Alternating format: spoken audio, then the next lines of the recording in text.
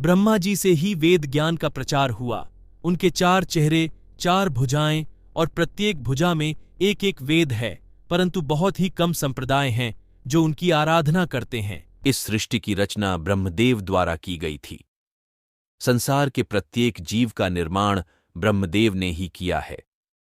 क्या आपने कभी विचार किया है कि इस सृष्टि के रचयिता ब्रह्मदेव, जिनकी पदवी इतनी उच्च है, की पूजा क्यों नहीं की जाती?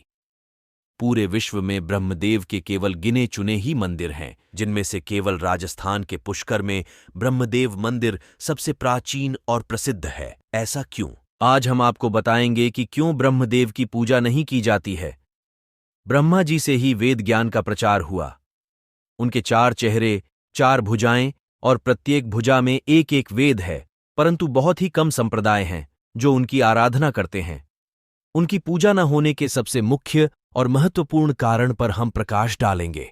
तो आइए जानते हैं। एक बार ब्रह्मा जी को सृष्टि के कल्याण के लिए धरती पर एक यज्ञ संपन्न करना था। यज्ञ के लिए स्थान का चुनाव करने के लिए उन्होंने अपनी बांह से निकले एक कमल को धरती पर भेजा।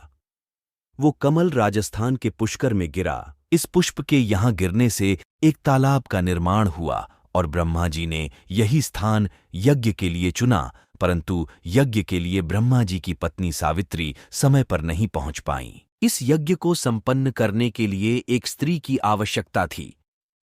यज्ञ का समय निकला जा रहा था, परंतु सावित्री नहीं पहुंची। अगर यज्ञ समय पर संपन्न नहीं होता तो इसका लाभ नहीं मिल सकता था। इसलिए ब्रह्मा जी ने स्थानीय ग्वालन से विवाह कर लिया और यज्ञ में बैठ गए। यज्ञ आरंभ होने के थोड़ी देर पश्चात ही जब सावित्री पहुंची तो अपने स्थान पर किसी दूसरी स्त्री को देख क्रोधित हो उठीं और ब्रह्मा जी को श्राप दिया कि इस संपूर्ण पृथ्वी पर कहीं तुम्हारी पूजा नहीं होगी और कोई भी व्यक्ति तुम्हें पूजा के समय याद नहीं करेगा। सावित्री को इतने क्रोध में देख सभी देवता डर गए और सबने सावित्री से विनती की कि वो अपना श्राप वापस ले लें।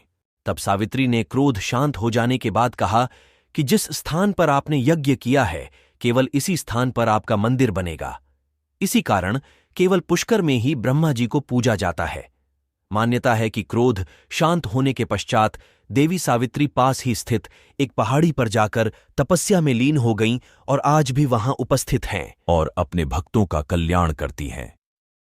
यहां आकर विवाहित महिलाएं अपने समृद्ध वैवाहिक जीवन के लिए मनोकामना करती हैं। ब्रह्मा जी का पुष्कर में स्थित ये मंदिर बहुत प्रसिद्ध है और अजमेर आने वाले सभी हिंदू पुष्कर में ब्रह्मदेव के मंदिर और वहां स्थित तालाब के दर्शन करने अवश्य आते हैं।